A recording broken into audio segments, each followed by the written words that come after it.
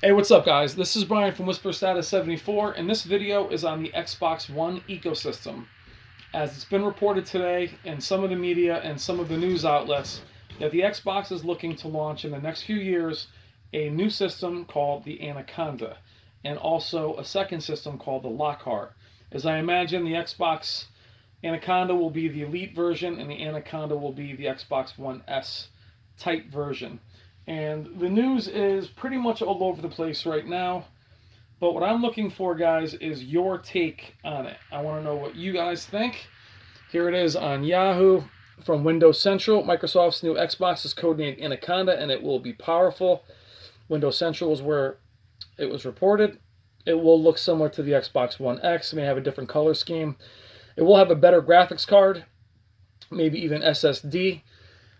And I want to know if you guys find that to be boring or exciting. Now, console players, I am talking to you. PC players, jump in, but I already know what the response is going to be. I do value your opinion, as I am a PC player. But there's a reason why I have Battlefield in the background right now, and I'm going to put that into our discussion, is when I first got the Xbox One, out of all the console launches I've ever experienced, and I go back to the Atari 2600, the Xbox One was probably the most underwhelming in terms of what it promised. I was looking at 1080p, 60 FPS. I had a beautiful plasma TV. I wanted to really enjoy gaming at 1080p. And it was awful. The whole entire launch was botched, from being a media player with the Kinect and all the different things they tried to change online all the time. I mean, they really, really messed it up, and they really put gaming as a last priority. The PS4 was better, more powerful, and more gamer centric, and was able to achieve 1080p. However, it still wasn't powerful enough. PCs were achieving 1080p, 60 FPS kind of forever at this point. Now, in console launches in the past, and please tell me what you guys think in the comments about this, especially when the 360 launched and the original Xbox, they were pretty neck and neck with PCs, at least for a few months. They released very powerful, especially the Xbox 360 when it first came out. The original Xbox was an animal. It was a beast. And then PCs obviously were either right there or past it in a few months, but at least they were in the conversation for a long period of time. They can compete for at least a little while. That really ended with this last generation.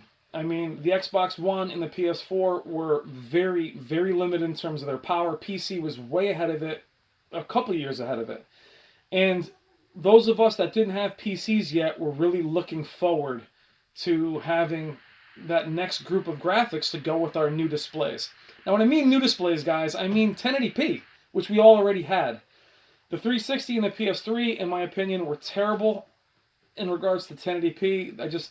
I had big 1080p displays, and they were always full of aliasing, jagged edges, shimmering everywhere, popping everywhere. So once that generation had come in, I built a PC. I put two GTX 980s, and I wanted 1080p at 60, and that's what I got. And my consoles really collected dust. I barely ever used them. I used them for multiplayer only. And for some of the PS4 exclusives that still looked pretty good, but the Xbox One was pretty dead to me. Now, where do I tie this into our conversation? When I got into 4K, with upconversion being pretty limited and not looking great in a 4K display, especially at 75 inches, the Xbox One S, which had HDR, was the next big thing. I purchased that and hated it. At, again, a large display, I didn't find HDR. I was really just underwhelmed that whole generation. The PS4 Pro came out and gave me hope. It had, in some of the games, in my opinion, PC quality visuals, and my PC actually didn't get all the use. It was able to kind of sit idle while I played the PS4, and I finally had beautiful visuals on a large 4K display. Now, I know this is a long video, but bear with me and why I like this idea. The Xbox One X came out in Thanksgiving, and I was blown away. Gears of War, all these games that didn't look great, Forza, all looked phenomenal. And like PC quality, clean. And for a little while there, my PC kind of collected dust, and the Xbox One was back. What I like about this concept, guys, is that usually when the launches come out, you end up with a really rocky launch. So say the PS5 comes out. When the PS5 comes out, you'll have probably the best games on the PS4 hitting their stride, and you'll have a rocky launch for the PS5. Because they're a different ecosystem. The developers have to learn how to use, I know I'm just whirling around this map, the developers have to learn how to use an entire new set of tools. And all consoles, at least in the past, were filled with really powerful technology that people couldn't get working. I'm thinking the Sega Saturn, all these different CPUs, all this power that they had. PlayStation 3 was incredibly difficult to develop for, and they kind of go back and forth. So having the same ecosystem, basically making it like a PC, I love that I have the option. If I want better visuals, it's a couple extra $100. To me, yes, it's very similar to PC. So why need a console then? In my opinion, the Xbox One is basically what the Steam machine should have been when they were talking about those a few years ago, which is basically making consoles that you can add and change and upgrade. So in my opinion, all we're doing and getting from Xbox, and not PS4 because they have the Pro and then they're going to have the PS5, but I'm hoping that in the future you'll be able to have that. You'll be able to say, you know what, I'm going to trade in my Xbox One X. You're not going to get a lot for it, but getting in the new system if you want to play games at the highest fidelity. Wolfenstein, a lot of the newer games looked amazing on the Xbox One X. Even somebody like myself who has a capable 4K capable PC, it's collecting dust a little bit. I'm enjoying playing this game on the Xbox One X. Normally I would have bought it on PC. Now that's a keyboard gamepad type of thing. I'm a console first-person player, but I would have bought it for the campaign, and I didn't.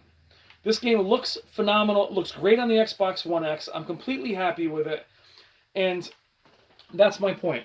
If you have an Xbox One S or a regular Xbox One, we can all still play.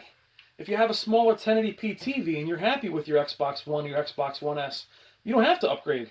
You're not left in the last generation. That won't be the same when you get into the next console cycle.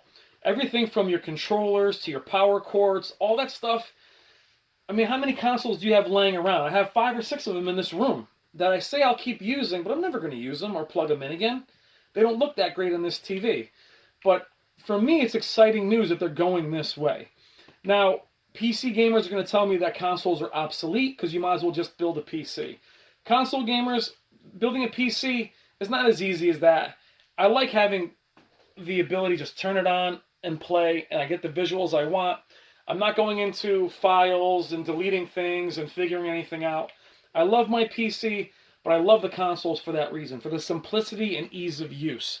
So for me, in this long-winded video, I'm happy that I'll at least have the option where in a couple of years, if I want to buy the most powerful Xbox available, I'll be able to do that and utilize all my controllers. All these games will be backwards compatible. And I love about backwards compatibility is some of the games that didn't look great on the Xbox One initially look tremendous on the Xbox One X. They were great with their backwards compatibility of 360 titles, and that will only get better. And my favorite part about PC, guys, as my PC gets more powerful, I can go back and play games again and play them in the highest graphical fidelity that I possibly can. I will have the PS5 as well. But my question to you guys in this long-winded video is, what do you think? Do you like this console cycle? Do you like that this thought of upgrading your consoles? Do you find it redundant? Do you say to yourself, I already bought one of these damn things. I don't want to buy another one in a couple of years. So I'm curious to what you think. I know it's a long-winded video. If you're new to the channel, you're probably thinking, what the hell is this guy talking about? But this is just my opinion. And for those of you that are part of the channel, I'm just dying to know what you guys think. If you're happy about this news, if you'll go out and purchase it, or are you guys really looking forward to a whole new console cycle with the PS5 or the new Nintendo? All right, guys, thank you as always for listening to me droll on with this boring footage in the back, but I'm curious to hear your thoughts about the Xbox One Anaconda and Lockhart. Thank you as always, and I'll talk to you soon.